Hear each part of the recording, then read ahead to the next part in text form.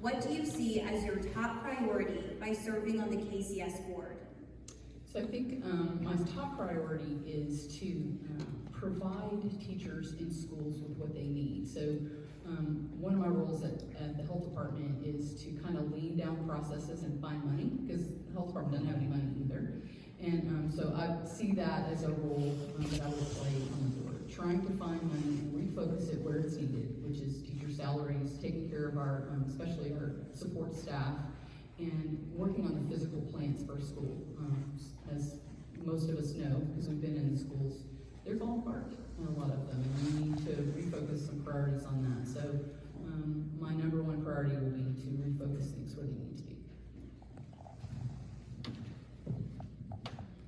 My number one priority would be to focus on transparency and communication, because as we've seen in the last several years, the school system has not done a great job communicating with parents, communicating with teachers, or communicating with the community as to what its expectations are, what its availability is, or even what its budget is.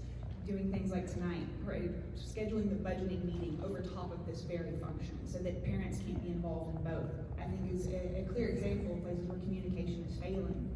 So as a parent, that's something I see on a regular. As an employee, it is also something I've experienced. So I would focus, my primary focus would be to really look at that communication piece, because we can't have a relationship between the community and the schools and the parents and the students without clear and open communication.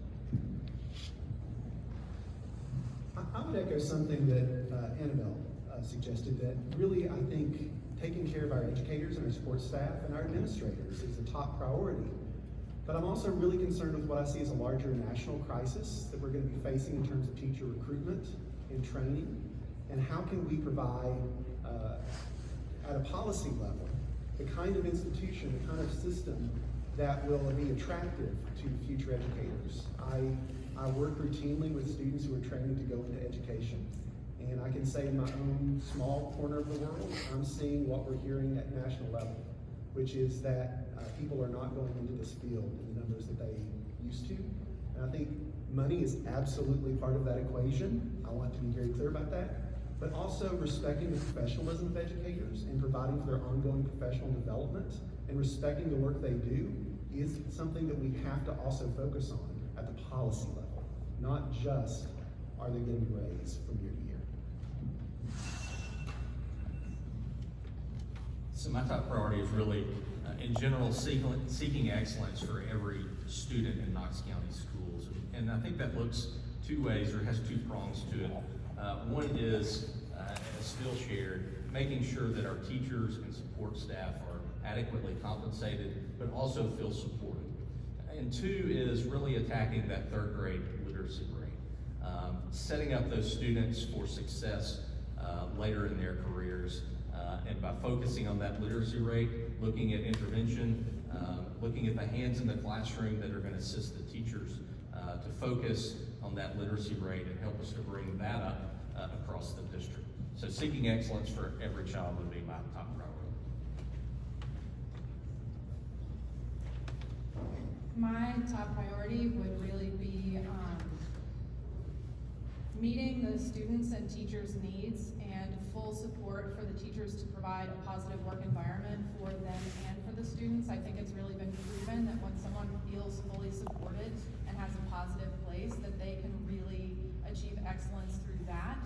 And I think through that is also reaching out to find the inequities that exist in our school system and our community, to also meet the children where they are and bring them up to success. My main priority is safety and security. We've had a problem past years, and they kind of rushed through safety and security when they worked on the school board last year. They were more focused on math. But when you have a problem with safety and security and teachers are scared to go to classrooms to teach, or scared to teach in their classroom, that is a problem. So that's my main focus, starting off with safety and security and getting it back up to par and writing a policy that will help affect taking care of the whole system.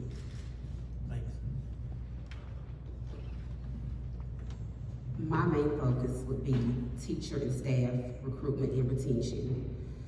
Our kids cannot learn and cannot function during the school day if the teachers and the staff are non-existent in the school.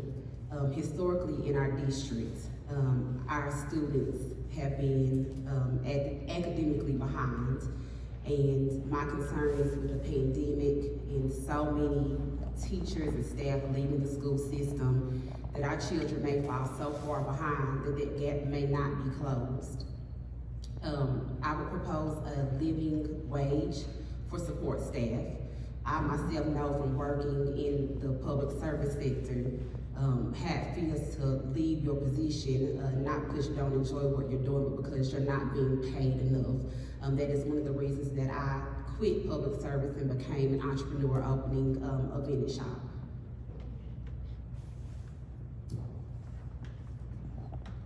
I'm a communications major in high school and in college at the University of Tennessee, Knoxville.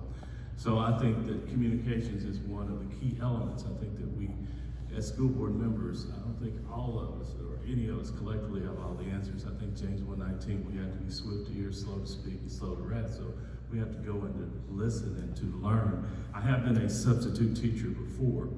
There is $114 million that is going to be spent over the next 3 years because of the epidemic to help catch us up in terms of reading and math in the schools. So that needs to be monitored, and I'm sure our new superintendent, as he has the staff to do that, we have to make sure that we do have equity and that we have equality in our school systems. So thank you. The most important thing right now for District 1 is equity in student achievement and discipline. We've had work in this area with the Disparities Education Outcome Task Force. The earliest being 2007 and now then 2015. And the school board approved the recommendations and established a steering committee and have been doing this work, and we still have the student achievement gap and the disparities in discipline. So we need to move past arguing about a policy and start doing things that's going to give us an outcome to bring everybody the educational needs that we desire in our community. And we need to have it in District 1, and we need to have it now.